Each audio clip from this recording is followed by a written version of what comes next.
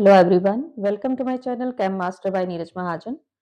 बच्चे, आज की वीडियो में हम अपनी प्लस टू की फिजिकल केमिस्ट्री के हमें पता है हमारी फिजिकल केमिस्ट्री के जो फर्स्ट 3 चैप्टर्स हैं वो बहुत बहुत इंपॉर्टेंट हैं। Solution, electrochemistry and kinetics. और उसमें से जो हमारा इलेक्ट्रोकेमिस्ट्री है वो तो 9 मार्क्स का है। और हमें पता है कि हमारे इन तीनों चैप्टर्स में से हमें अप्रॉक्स 12 या 13 मार्क्स के न्यूमेरिकल्स आने हैं। और न्यूमेरिकल आपको दो दो नंबर में भी आते हैं, एमसीक्यूज में भी आते हैं। तो हम न्यूमेरिकल छोड़ नहीं सकते हैं, तो इसके लिए आपको एक न्यूमेरिकल्स के फॉर्मूले आपको टिप्स पर होने चाहिए। तो अभी आज के वीडियो में मैं आपको कुछ ऐसे आपके पीवाई क्यूज में से जो मोस्ट रिपीटेड न्यूमेरिकल्स हैं, 100% ऑलमोस्ट कंफर्म्ड न्यूमेरिकल्स हैं, जिनकी 99% हमें पॉसिबिलिटी रहती है। तो आज मैं आपको उस वीडियो में वो न्यूमेरिकल्स आपको बताऊंगी और आपके हर टॉपिक से रिलेटेड वो न्यूमेरिकल्स हैं। तो आपने जिन बच्चों ने कभी भी नहीं पढ़े हैं, इस वीडियो को देखिए। इसमें से जितने भी आपके न्यूमेरिकल हैं, अगर आप इस न्यूमेरिकल्स को रट लेते हो ना, तो कहीं से कुछ भी आ जाए, क्या होगा, हमारे फॉर्मूले सेम रहेंगे। ज्यादा से ज्यादा हमारी न्यूमेरिकल वैल्यू चेंज हो जाएगी ना, स्टेटमेंट चेंज हो जाएगी, लेकिन मेथड तो सेम ही रहेगा। तो आप इन न्यूमेरिकल्स को बहुत अच्छी तरह से अपनी कॉपीज पर सॉल्व करिए, बारी बारी से करिए, 2 बार करिए, 4 बार करिए, लेकिन इसके बियॉन्ड कुछ नहीं आएगा। सारे फॉर्मूले से रिलेटेड आपके न्यूमेरिकल्स हैं। सो इस वीडियो को बहुत अच्छी तरह से देखना है। So let's start. सबसे पहले मैंने अपना सॉल्यूशन चैप्टर स्टार्ट करा है। सॉल्यूशन चैप्टर में हमारे पास सबसे पहले क्या आती हैं, हमारी कंसंट्रेशन टर्म्स आती हैं, mass percentage, molarity, molality, mole fraction, यही कुछ आता है ना। देन उसके बाद सॉल्यूशन में हमारे पास क्या आता है, हेनरीज लॉ। देन उसके बाद हमारी आती है मोस्ट इंपॉर्टेंट कोलिगेटिव प्रॉपर्टीज। और कोलिगेटिव प्रॉपर्टीज में से आपको elevation in boiling point and freezing point, इन दोनों में से एक न्यूमेरिकल तो 100% आना है, और एक न्यूमेरिकल आपको ऑस्मोटिक प्रेशर का भी आता है। तो सबसे पहले मैंने सॉल्यूशन चैप्टर के आपके न्यूमेरिकल्स डिस्कस किए हैं। मेरा फर्स्ट न्यूमेरिकल जैसे मैंने लिया है, what is a mole fraction of solute in 2.5 molar aqueous solution. अब मोलर नंबर ऑफ मोल्स मुझे दे रखे हैं सोल्यूट के 2.5 मोल्स। ओके, तो सोल्यूट के मुझे मोल्स दिए हैं, लेकिन सॉल्वेंट के मुझे मोल्स नहीं दिए। लेकिन मुझे ये बताया कि एक्वस सॉल्यूशन है, इट मींस ये वाटर है। तो सॉल्वेंट के जो नंबर ऑफ मोल्स है उसके निकालने का फॉर्मूला मुझे क्या रहेगा, इट इज द 1000/18। 18 क्या है आपका, वाटर का मॉलिक्यूलर मास। तो ये मेरे पास आ गए नंबर ऑफ मोल्स। मोलल, यहाँ मैंने 1000 क्यों लिया है, 1 लीटर। मोलल क्या होता है, 18 ग्राम्स। ठीक है, तो यहाँ पर मैंने 1 लीटर सॉल्यूशन में लिया है 1000/18। तो ये मेरे पास नंबर ऑफ मोल्स कितने आ गए वाटर के, 55.6। अब मेरे पास सोल्यूट के भी मोल्स हैं, सॉल्वेंट के भी मोल्स हैं, तो मैं अपने सोल्यूट का मोल फ्रैक्शन निकाल सकती हूँ। जिसका भी मोल फ्रैक्शन आपने निकालना होता है उसके मोल्स आप ऊपर लेते हो, तो number of moles of solute upon the total number of moles, तो आपका आंसर क्या आ जाता है, 0.043। और मोल फ्रैक्शन की कोई यूनिट नहीं होती है, it is temperature independent quantity. Next हमारे पास है, if the solubility of copper sulfide is 6 into 10 raised to the -6, calculate the maximum solubility of copper sulfide in aqueous solution। अब मेरे को KSP दे रखा है, solubility प्रोडक्ट मुझे दे रखा है 6 into 10 raised to the 6। अब मुझे इसकी निकालनी मैक्सिमम solubility of CuS। तो सबसे पहले हम देखेंगे कि जो CuS है डिसोशिएट होकर हमें क्या देगा, कॉपर आयन और सल्फाइड आयन। ठीक है, सपोज कॉपर आयन जो है उसकी सॉल्युबिलिटी S है, सल्फाइड की भी S है, तो इट मीन हमारा जो KSP है वो क्या हो गया, S² हो गया।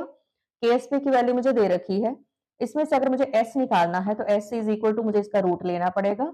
तो KSP की वैल्यू मुझे पता है, so S is equal to root 6 into 10 raised to the -16। तो मेरे पास इसका आंसर आ गया। Next very important numerical, a sample of drinking water contain chloroform. Chloroform क्या होता है, ये क्या है, एज एन एंटीसेप्टिक भी बिहेव करता है। ठीक है, ये बेहोश करने के काम भी आता है, एंथीसिस पर्पस में भी यूज करते हैं, एंड इट इज कार्सिनोजेनिक। ठीक है, नॉट वर्ड, हम कहेंगे कि ये हमारी हेल्थ के लिए अच्छा नहीं होता है। तो example of drinking water contain chloroform and its concentration is found to be 15 ppm। ppm होता है कि जब उसकी कंसंट्रेशन किसी चीज की बहुत कम हो, इन ट्रेसेस।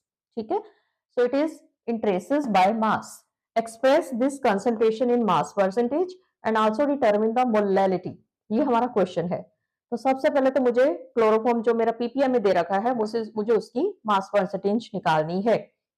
मास परसेंटेज का फॉर्मूला क्या होता है, mass of solute upon total mass into 100। तो अब मुझे सबसे पहले क्लोरोफॉर्म के नंबर ऑफ मोल्स निकालने पड़ेंगे, तभी मास निकलेगा ना। तो क्लोरोफॉर्म CH Cl3, उसका मॉलिक्यूलर मास मैंने निकाला, कार्बन का 12, हाइड्रोजन का 1, क्लोरीन का 35.5 होता है, उसको 3 से मल्टीप्लाई, टोटल इसका मॉलिक्यूलर मास कितना आ गया, 119.5। ठीक है, तो ये मैंने इसका मास निकाला, उसके बाद मैंने नंबर ऑफ मोल्स निकाले। नंबर ऑफ मोल्स का फॉर्मूला क्या होता है? Given mass upon molecular mass. मुझे क्लोरोफॉर्म का मास कितना दे रखा है? 15, तो 15 अपॉन मॉलिक्यूलर मास, ये आपके आ गए number of moles of chloroform. Next मुझे परसेंटेज के लिए क्या चाहिए? Total mass. ठीक है, टोटल मास मुझे चाहिए। टोटल मास तो मुझे पता है, दे रखा है। पीपीएम का मतलब क्या होता है? That is in 1 million. 1 million means 10⁻⁶। तो मैंने यहाँ पर नंबर ऑफ मोल्स जो वहां पर निकाले थे क्लोरोफॉर्म के upon total mass of solution that is 10⁻6 in 1 million. तो इसको हमने सॉल्व किया, ये आपकी आ गई मास परसेंटेज। नेक्स्ट मुझे बोला है मोलैलिटी निकालिए। तो मोलैलिटी क्या होती है? Number of solute dissolved in the given mass of solvent. अब नंबर ऑफ मोल्स मुझे पता है, मैंने निकाल लिए। मास ऑफ सॉल्वेंट, मास किसका? वाटर का। अब वाटर का मास मुझे निकालना है मिलियन में से। टोटल सॉल्यूशन है 10⁻6, उसमें आपका वाटर कितना है? उसमें आपके जो सोल्यूट की कंसेंट्रेशन, सोल्यूट प्लस सॉल्वेंट क्या देता है आपको? सॉल्यूशन। अब सॉल्यूशन है आपका 10⁻6, उसमें सोल्यूट कितना है आपका? 15 ppm। ठीक है, मुझे सॉल्यूशन का भी मास पता है, मुझे सोल्यूट का भी पता है, तो मैं सॉल्वेंट का मास निकाल सकती हूँ ना। तो मैंने 10⁻6 में से 15 ppm को सब्ट्रैक्ट किया। अब 15 ppm पार्ट्स पर मिलियन, तो जस्ट 15, तो उसमें से अब ट्रेसिस को निकाल भी दोगे तो वो 10⁻6 ही रहेगा, उसके परसेंटेज पे कुछ फर्क नहीं पड़ेगा। तो आपका मास ऑफ सोल्यूट सॉल्वेंट कितना आया? 10⁻6। तो इसको सॉल्व करते हो तो ये आपकी आ गई मोलैलिटी। नेक्स्ट आपका जो न्यूमेरिकल है, it is related to the depression in freezing point and very very important numericals, काफी बार रिपीट हो गया ये। A 5% solution of cane sugar in water has freezing point 271 Kelvin. Calculate the freezing point of 5% glucose in water if the freezing point of pure water is 273.15. अब इसको हमें दो step में करना है। मुझे केएफ नहीं दिया, तो सबसे पहले तो मुझे केएफ निकालना पड़ेगा।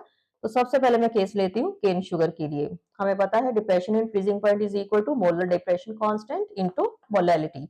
मोलैलिटी का फॉर्मूला आपका पता है, number of moles upon weight of solvent in grams into 1000। तो नंबर ऑफ मोल्स निकालने का फॉर्मूला क्या होता है? Given mass upon molecular mass. तो ये सारी चीजें करके मैंने यहाँ पर केएफ निकाला है। हमें डिप्रेशन इन फ्रीजिंग पॉइंट का फॉर्मूला पता है। ठीक है, ये हमारा प्योर सॉल्वेंट का था, उसमें से मैंने अपने इसका माइनस कर दिया, तो ये मेरे पास आ गया डेल्टा टीएफ 2.15। तो इस फॉर्मूले से मैंने यहाँ पर अपना केएफ निकाला है। अब मैं सेकंड केस में ग्लूकोज के पास जाऊंगी। तो अगेन फॉर्मूला क्या है? Delta TF is equal to KF M. अब मुझे केएफ यहाँ पर पता चल चुका है, इस केएफ की वैल्यू मैं यहाँ फिल करूंगी और सेम फॉर्मूला हम अप्लाई करेंगे डिप्रेशन इन फ्रीजिंग पॉइंट का। Then I got the answer 4.085। अब मुझे क्या नहीं पूछा गया है, और उन्होंने क्या बोला है?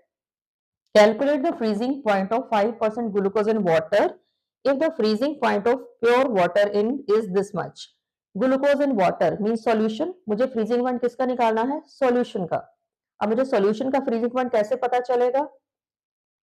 सॉल्वेंट का जितना है उसमें से आप एलिवेशन जो आपके डिप्रेशन है उसको सब्ट्रैक्ट कर दो। तो ये मेरे प्योर सॉल्वेंट का फ्रीजिंग पॉइंट था 273.15 जो मुझे दे रखा है, उसमें से मैंने अपना डेल्टा टीएफ सब्ट्रैक्ट कर दिया, तो ये आ गया आपका freezing point of your solution.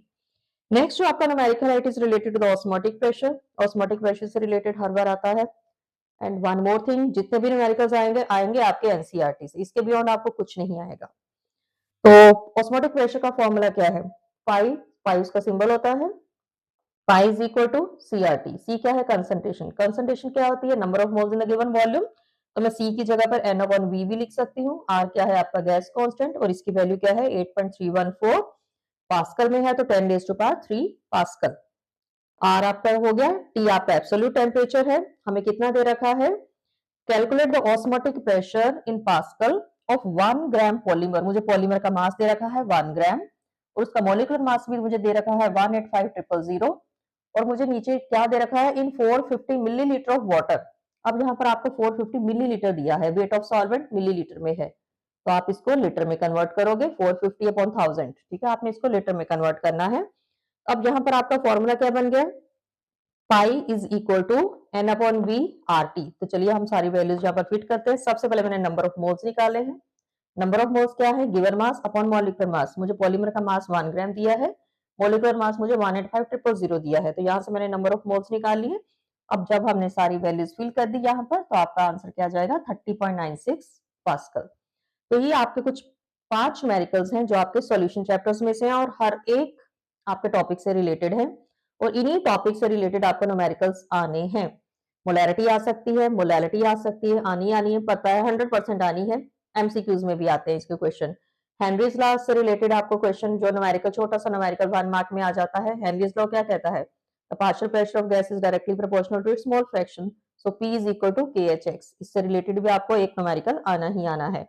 तो इन न्यूमेरिकल्स को आप अच्छी तरह से करिए। ज्यादा से ज्यादा न्यूमेरिकल वैल्यू चेंज हो जाएगी, स्टेटमेंट चेंज हो जाएगी, मेथड सेम रहेगा। बहुत अच्छी तरह से 4-4 बार 5-5 बार इनको कॉपीज पर आपने लिखना है। सो ये थे हमारे सॉल्यूशन के। Next I am going to discuss the numericals, most important, almost confirmed numericals of your chapter electrochemistry. अब इलेक्ट्रोकेमिस्ट्री में हम स्टार्टिंग में अपने थोड़ा सा रिकैप्चुलेशन करें, माइंड को लेके जाएं हमारी इलेक्ट्रोकेमिस्ट्री चैप्टर में। तो सबसे पहले क्या आ जाती हैं हमारे पास? कंडक्टेंस टर्म्स आती हैं। कंडक्टेंस टर्म में हमारे पास ओम से स्टार्ट हो जाओ, रेजिस्टेंस, कंडक्टेंस, रेजिस्टिविटी, ठीक है, then cell constant, molar conductivity, equivalent conductivity. Then उसके बाद हमारा कोलार्च लॉ आ जाता है। कोलार्च लॉ की 4 एप्लीकेशंस हैं, उन चारों एप्लीकेशन से रिलेटेड आपको न्यूमेरिकल आने हैं और ये आपको 1 मार्क में न्यूमेरिकल आ जाते हैं। सोचो एमसीक्यूज में ये न्यूमेरिकल्स आते हैं। हम सोच के चलते हैं नहीं ये तो 2-2 नंबर में आएंगे, तो ऐसा नहीं है, आपको एमसीक्यूज में भी न्यूमेरिकल आते हैं और आने ही है। कम से कम 3-4 न्यूमेरिकल्स आपको एमसीक्यूज में आते हैं। देन उसके बाद आपकी इलेक्ट्रोकेमिकल सेल है, उससे रिलेटेड आपको ई नोट सेल निकालना आ जाता है। देन आपके पास रिलेशन है delta G is equal to minus n E P not cell, उसके आ जाते हैं, केसी निकालना आ जाता है। तो अभी हम डिस्कस करेंगे अपने इलेक्ट्रोकेमिस्ट्री के numericals. Then after this will discuss kinetics. तो चलिए अभी हम अपनी इलेक्ट्रोकेमिस्ट्री के न्यूमेरिकल्स डिस्कस करते हैं। तो सबसे पहले हमारे पास कंडक्टेंस टर्म से रिलेटेड मैं आपको एक न्यूमेरिकल करा देती हूँ। It is the electrical resistance, the electrical resistance of column of 0.05 molar NaOH solution of diameter 1 centimeter and length 50 centimeter is 5.55 into 10 raised to power 3 ohm। क्या क्या निकालना है आपने? कैलकुलेट रेजिस्टिविटी, रेजिस्टिविटी निकालनी है, देन कंडक्टिविटी निकालनी है, and third आपको मोलर कंडक्टिविटी भी निकालनी है, मोलर कंडक्टिविटी। तो चलिए स्टेप बाय स्टेप। फर्स्ट हमने क्या निकालना है? रेजिस्टिविटी। अब रेजिस्टिविटी निकालने के लिए मुझे क्या क्या चीजें चाहिए? मुझे सबसे पहले सेल कांस्टेंट चाहिए, ठीक है। तो हम क्या करेंगे? सेल कांस्टेंट का फॉर्मूला क्या होता है? L upon A. आर मुझे कितना दे रखा है? 0.05, 50 सेंटीमीटर, ठीक है। 50 सेंटीमीटर को हमने कन्वर्ट कर लिया, ये आपके आ गया 0.05 मीटर। देन आपको क्या दे रखा है? अब मुझे एरिया निकालना है। A is equal to pi r square, ये मैंने वैल्यूज फिल करी। 50 सेंटीमीटर को आपने मीटर में कन्वर्ट किया तो ये आपका आ गया था 0.5। आपका या आर, सॉरी आर की वैल्यू कितनी आ गई थी आपकी? 0.5। तो इसको सॉल्व करके मेरा आता है, अब मैं यहां से कंडक्टेंस निकालूंगी। Conductance is equal to,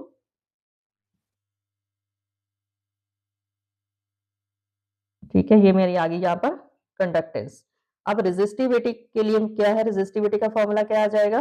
resistance upon conductance. ये आपका क्या आ गया? 5.55 into 10 raised to power 3 upon 63.69, it is equal to 87.135 ohm centimetre. Second step में मुझे क्या निकालना है? मुझे क्या दिया है? कंडक्टिविटी। कंडक्टिविटी क्या होती है? रेजिस्टिविटी का इनवर्स।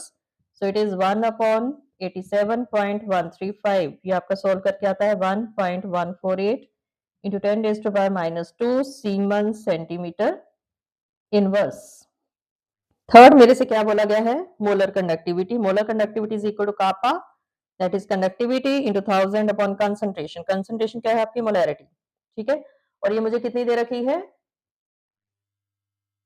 मोलैरिटी मुझे कितनी दे रखी है यहाँ पर 5.5 इंटू 10 इट इज 0.05, ठीक है। मोलैरिटी मुझे कितनी दे रखी है 0.05, it is 0.05 molar already given to me, so I just fill the values into 1000, conductivity की वैल्यू फिल कर दी, मोलैरिटी की वैल्यू फिल कर दी, और मेरा आंसर यहाँ पर कितना आ जाता है 229.6 सेंटीमीटर स्क्वायर मोल इनवर्स। तो ये हुआ हमारा कंडक्टेंस टर्म से related numerical. So next we will discuss the numerical of Kohlrausch law. अब कोलार्च लॉ की 4 एप्लीकेशन है। फर्स्ट एप्लीकेशन क्या कहती है, it is used to measure the molar conductivity of weak electrolytes, जिनकी हम ऐसे नहीं कैलकुलेट कर सकते, उनका हम थ्योरेटिकल वे से मोलर कंडक्टिविटी जिनकी प्रैक्टिकली पॉसिबल नहीं है, आप थ्योरेटिकली उसकी बाय कोलार्च लॉ उसकी कैलकुलेट कर सकते हो। तो आपकी जो कोलार्च लॉ की एप्लीकेशंस हैं, चारों एप्लीकेशंस, उसके आपको फॉर्मूले आने चाहिए। तो फर्स्ट जो है वो क्या है, molar conductivity of weak electrolyte, like इसकी आपने कैलकुलेट करनी है।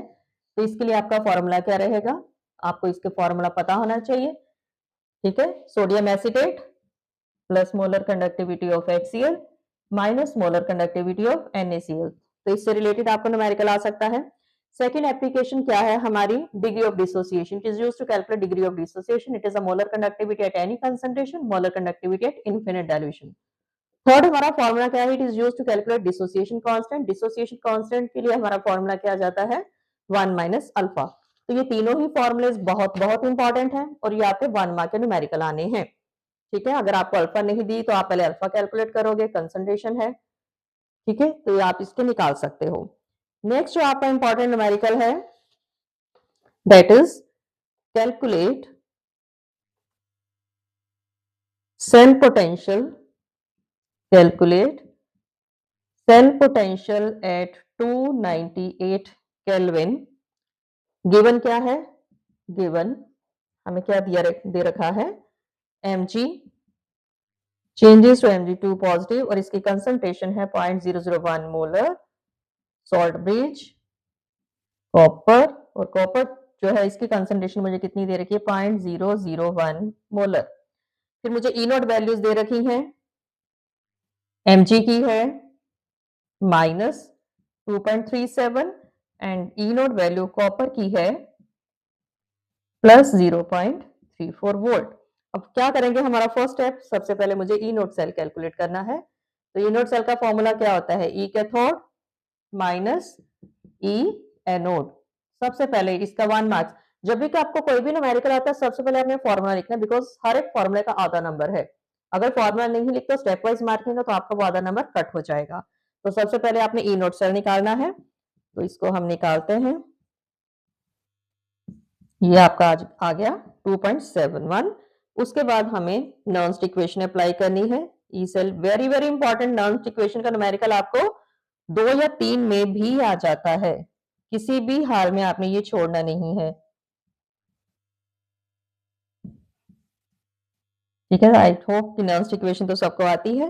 तो अभी हम, अब n की वैल्यू क्या है, n is the number of electrons which are exchanged, तो 2 है, सो n की वैल्यू यहाँ पर आप 2 लिखोगे। तो चलिए अब हम अपनी सारी की सारी वैल्यूज फिल करते हैं। ई सेल, ये हमारा कितना आ गया 2.71 माइनस 0.059 अपॉन 2, ये 5.059 कहाँ से आया है, जो हमारी 2.303 RT होती है ना इक्वेशन, उसको सॉल्व करके ये फाइनली नर्न्स इक्वेशन का हमने लिखा है log 10⁻³ 10⁻⁻4। अब ये कहाँ से आया है, मेरे पास यहाँ पर कंसंट्रेशन दे रखी है ना मुझे, उसी से मैंने ये निकाला है, ठीक है। तो यहाँ पर लॉ की वैल्यू आपको दे रखी होगी, so no need to worry about it. इसको सॉल्व करके हमारा आ जाता है 2.71 माइनस 0.0295, 2 से इसको डिवाइड किया तो ये आया। इसको सॉल्व करके लॉ की वैल्यू आपकी आ जाती है 1, तो मैंने यहाँ 1 से मल्टीप्लाई कर लिया, आपका आंसर क्या आ गया 2.68 वोल्ट। तो ये आपका 3 मार्क्स का न्यूमेरिकल आता है, नर्व्स का हर हाल में आना है, 100% आना है। सो इसको आपको 4-5 बार जितनी बार मर्जी इसको लिखिए, तो रटो आपने कि इस तरह के न्यूमेरिकल आपने कैसे करने हैं, क्योंकि ये 3 मार्क्स का आपका न्यूमेरिकल है और हर न्यूमेरिकल में आपने फॉर्मूला जरूर लिखना है। नहीं फॉर्मूला लिखोगे तो आधा नंबर वैसे ही कट हो जाएगा।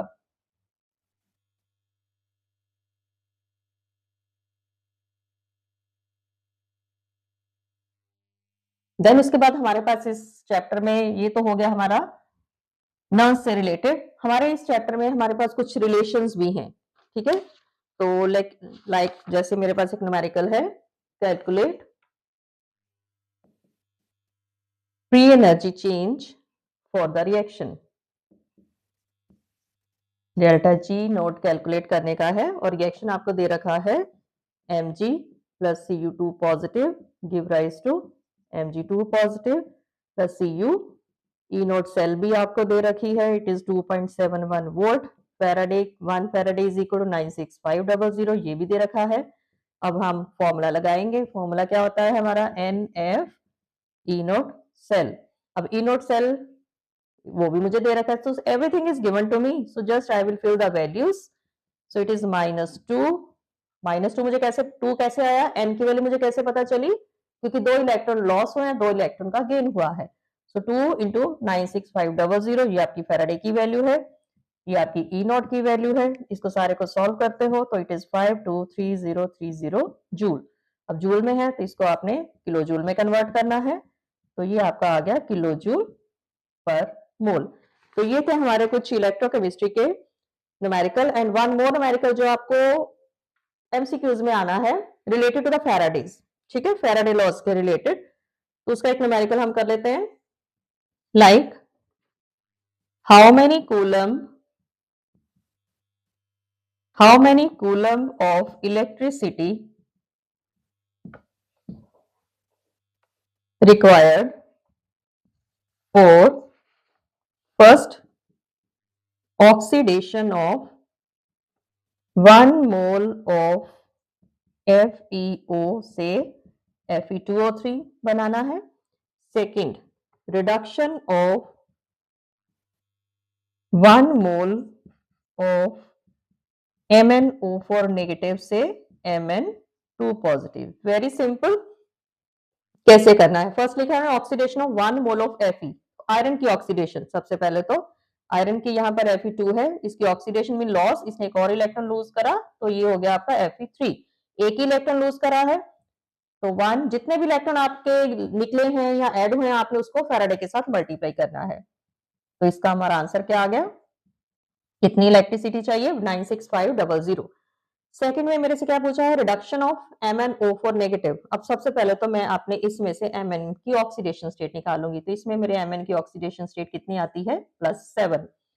कहां से कहां जाना मैंने, +2 तक, ठीक है। तो यहां पर हम देखते हैं Mn7 से मुझे जाना है Mn2 तक, तो मीन्स 5 इलेक्ट्रॉन्स, 5 इलेक्ट्रॉन गेन करेगा तभी Mn2 पॉजिटिव जाएगा। So it will gain 5 electrons. कितने इलेक्ट्रॉन्स, 5। तो मैं 5 को फैराडे के साथ मल्टीप्लाई करूंगी, ठीक है। 5 इलेक्ट्रॉन्स को आपने फैराडे के साथ मल्टीप्लाई करना है। So it is 4.825 into 10 raise to power 4825 into 10 raise to power 5 coulomb, ठीक। बड़ी वैल्यू है तो हमने इसको पावर्स में कन्वर्ट कर दिया है। तो ये हो गया आपका इलेक्ट्रोकेमिस्ट्री से related numericals. So next I will do the numericals of kinetics. और 100% बच्चे ये न्यूमेरिकल्स आपको आने हैं।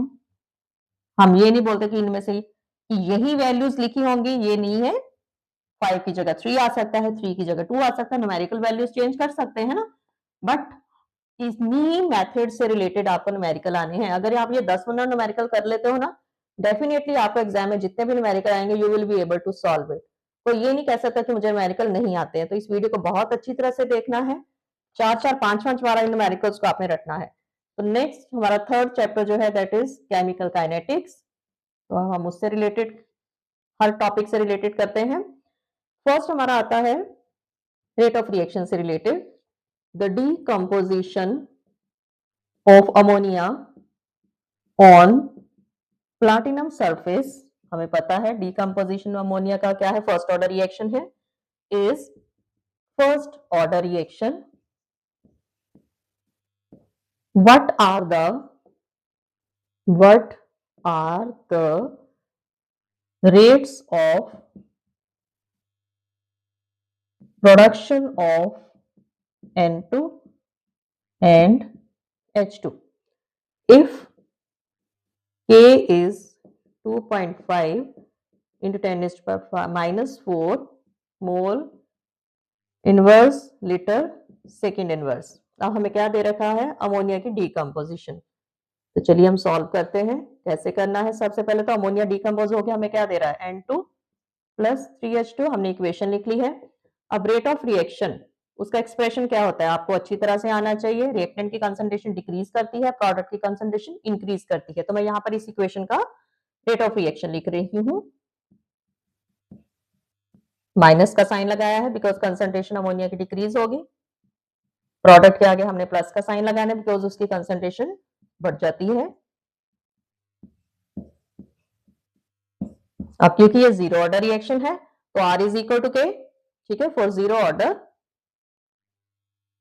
जीरो ऑर्डर जो आपका रेट है इट इज इक्वल टू के। तो ये तो मुझे दिया ही है, तो सबसे पहले मुझे क्या निकालना है, rate of production of N2।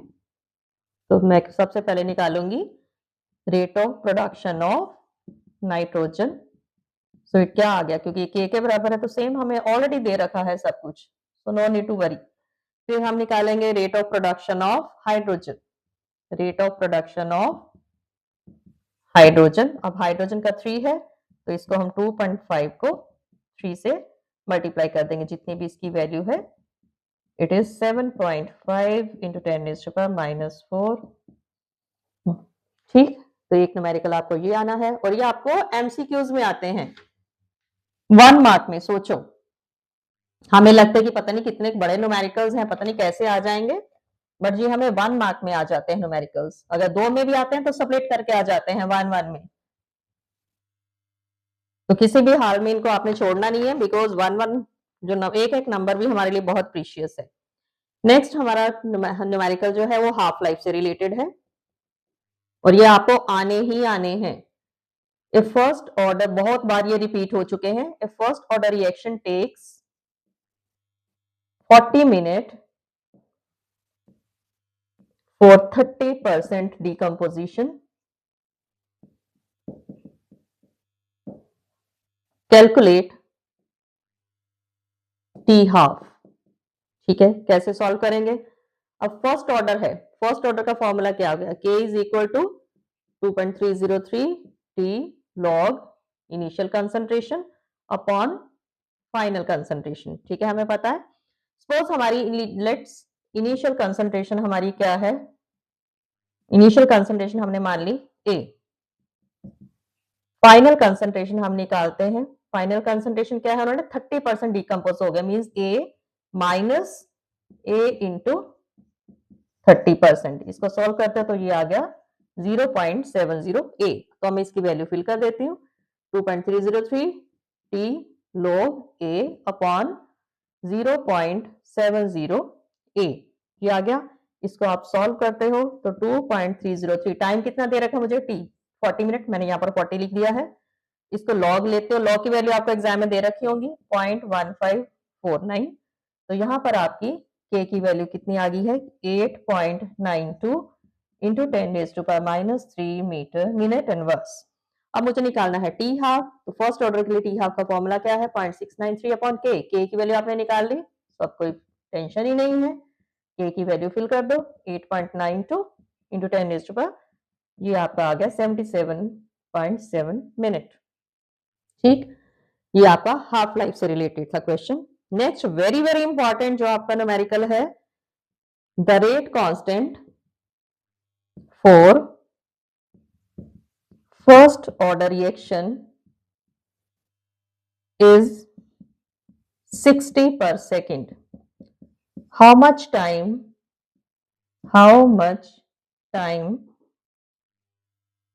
will it take, how much time will it take to reduce initial concentration of reactant 1/16।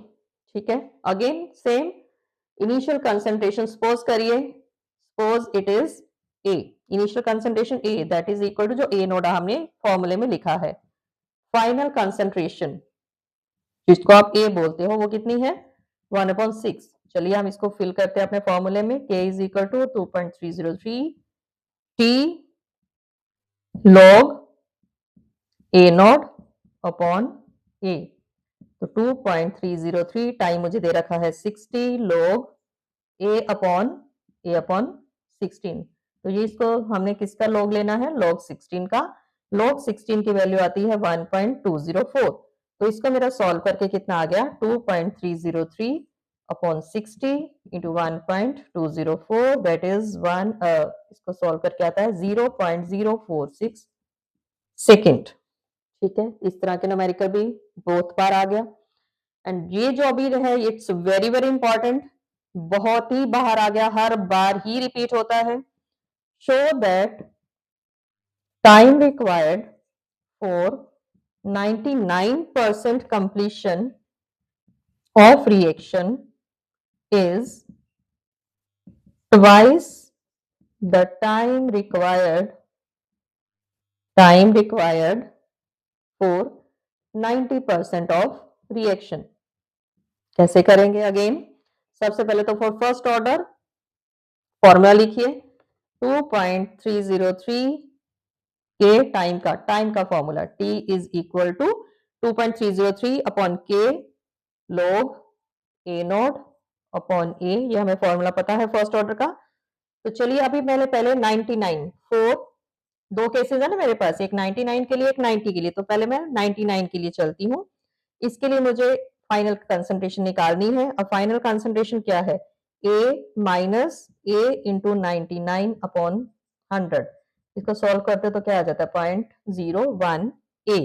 अब मैं इसकी वैल्यू यहाँ पर फिल करूंगी 2.303 upon K log A upon 0.01 A। इसको सॉल्व किया 2.303 K log 100 हमारा 2 होता है। ठीक है, इसकी वैल्यू कितनी है? 2 के बराबर है। इसको सॉल्व करते हो तो क्या आ गया आपका? Value 2.303 upon K log 2। ये किसके लिए आया है? 99% के लिए। ठीक है, अब मैं निकालती हूँ 90% के लिए। तो इट इज 2.303 के log। अब 90% के लिए जब आपने करना है तो क्या आ गया आपका?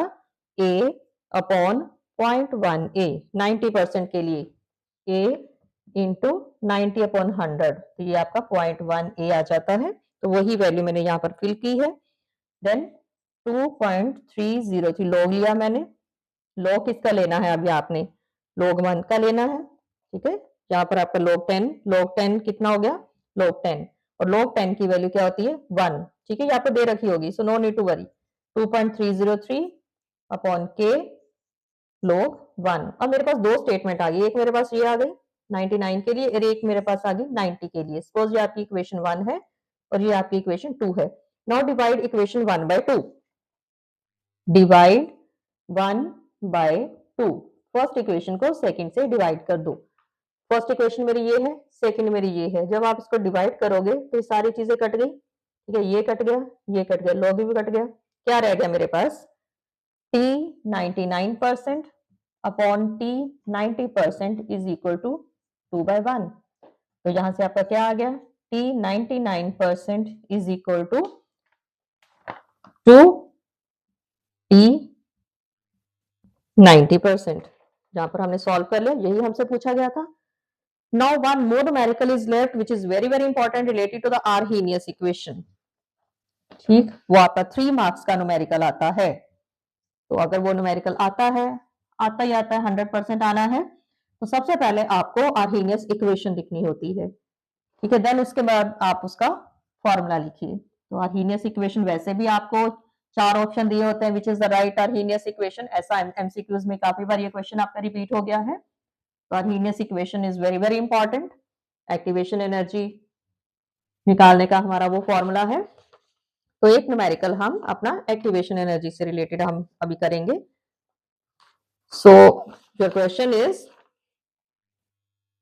The first order rate constant for decomposition for decomposition of ethyl iodide, that is reaction हमें दिया हुआ है, इथाइल आयोडाइड ने डिकम्पोज होकर क्या बनाया है, ethene plus HI at 600 Kelvin is 1.60 into 10 raised to power minus 5 second inverse. ये हमें रेट कांस्टेंट की वैल्यू दे रखी है. If EA is 209 kilojoule per mole, calculate rate constant of reaction at 700 Kelvin. आपको जब एक मेरी एडवाइस है कि जब भी आपका न्यूमेरिकल है, सबसे पहले आपने 4-5 बार स्टेटमेंट पढ़नी है, फिर आपने रफ वर्क में लिखना है कि what is given to me and what I have to solve, कि मुझे क्या क्या चीजें दे रखी हैं. फॉर्मूला सबसे पहले फॉर्मूला लिखिए, माइंड में फॉर्मूला लेके, अच्छा ये इससे रिलेटेड मेरा न्यूमेरिकल है, अब उस फॉर्मूले में क्या क्या टर्म्स हैं, मुझे कौन सी टर्म्स दे रखी हैं, वो सारा जब आप एक कंपाइल कर लेते हो ना, तो हो ही नहीं सकता, 100% ये गारंटी है कि आपका न्यूमेरिकल कभी भी गलत नहीं होगा. अब आप इसको ध्यान से पढ़िए, हमें क्या क्या दे रखा है. यहाँ पर मुझे EA गिवन है, ठीक है, EA गिवन है, किलो जूल में है, तो हम उसको पहले जूल में कन्वर्ट कर लेंगे. इट इज 207 10⁻3, ये मैंने इसको जूल में कन्वर्ट कर लिया. अब मुझे दे रखा है K1 एट 600 केल्विन. K1 की वैल्यू मुझे दे रखी है 1.60 into 10⁻⁻5. टेम्परेचर किस टेम्परेचर पर है ये, 600. फिर मुझे टेम्परेचर एक और भी दे रखा है 700 केल्विन का, और लेकिन और मुझे इसकी K2 नहीं दी, जो कि मुझे निकालनी है. तो ये मेरा क्वेश्चन हो गया. अब सबसे पहले हम इसका फॉर्मूला लिखेंगे. फॉर्मूला क्या है, लॉग, दो रिएक्शंस हैं, जब आप दो रिएक्शंस परफॉर्म कर रहे हो तो उसके लिए हमारा आर्हेनियस का फॉर्मूला क्या आ जाता है, log K2 upon K1 is equal to EA upon 2.303 R T2 minus T1 T2. ये हमारा फॉर्मूला है. तो चलिए सारी की सारी वैल्यू फिल कर देते हैं. log K2 मुझे नहीं पता, K1 की वैल्यू मुझे पता है, सारी वैल्यूज हम फिल करेंगे. एक्टिवेशन एनर्जी मुझे दे रखी है, R की वैल्यू हमें पता है 8.314 लेनी है, टेम्परेचर T2 मुझे पता है, T1 भी मुझे पता है. ओके, इसको आप सॉल्व करते हो. अब क्या आ गया, K2. इस सारी चीज को आपने सॉल्व करना है, ठीक है. सारी चीज को सॉल्व करके इसका मेरा आया है 2.599. It is equal to log, जब मैंने इसका लॉग लिया है तो लॉग की वैल्यू आपको एग्जाम में दे रखी होगी, बिल्कुल भी नहीं डरना है कि मुझे लॉग निकालना नहीं आता. इसका लॉग हमने लिया, लॉग आया है इसका 397.19. अब मुझे लॉग, ये लॉग की वैल्यू आई है, सॉरी, ठीक है, ये लॉग की वैल्यू आ गई आपकी. अब मुझे यहां से K2 निकालना है, तो मैं K2 निकाल सकती हूँ. K2 is equal to cross multiply कर दिया हमने, ठीक. इसका आपको आ जाता है 6.36. Very very important numericals, approximate just 15 numericals हैं. हर एक फॉर्मूले से रिलेटेड है, हर एक टॉपिक से रिलेटेड है, और इन्हीं में से ही आपको आने हैं. जिन्होंने कभी भी न्यूमेरिकल्स नहीं पढ़े ना, इस वीडियो को देखिए, और ये न्यूमेरिकल्स कम से कम 4-5 बार अपनी कॉपीज पर अपने हाथों से लिखिए. ये नहीं बस वीडियो देखते गए, नहीं नहीं आगे मुझे समझ आ गई. जब तक आप अपने हाथों से नहीं लिखोगे, जब तक आप रिटन प्रैक्टिस नहीं करोगे, नथिंग इज पॉसिबल. तो अभी हमारे पास जस्ट 15 डेज आर लेफ्ट. अब तो काउंटडाउन शुरू है. अब तो हमें दिन के अकॉर्डिंग एक, अच्छा आज मुझे इसके ये चैप्टर करना है और इसका न्यूमेरिकल करने हैं.